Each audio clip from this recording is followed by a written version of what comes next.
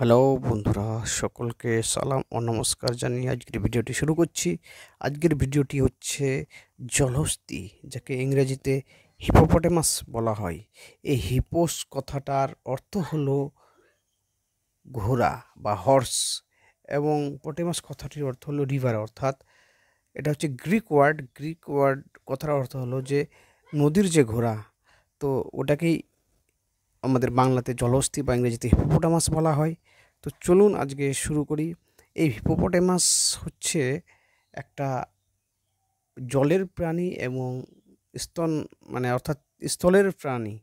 তো এটাকে উভচর প্রাণী বলা চলে, কারণ এরা সারাদিন জলে থাকে এবং যখন সূর্য ডোবে তখন এরা জল থেকে উঠে যায়, এবং কি আশেপাশে যে 2 থেকে 5 কিলোমিটার এরিয়া থাকে সেখানে কিন্তু এরা গ্রেজিং অর্থাৎ ঘাস খাওয়ার ব্যবস্থা করে ঘাস খায়।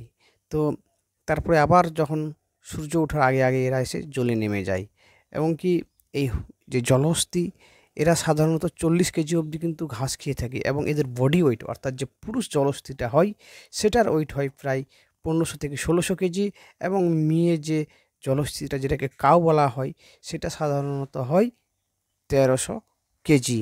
তো এরা সাধারণত যখন 5 থেকে 6 বছর হয় তখনই কিন্তু মেয়ে জলহস্তীটা প্রজননক্ষম হয়, এবং পুরুষ জলহস্তীটা সাধারণত 7 থেকে সাড়ে 7 বছরের মধ্যে প্রজননক্ষম হয়।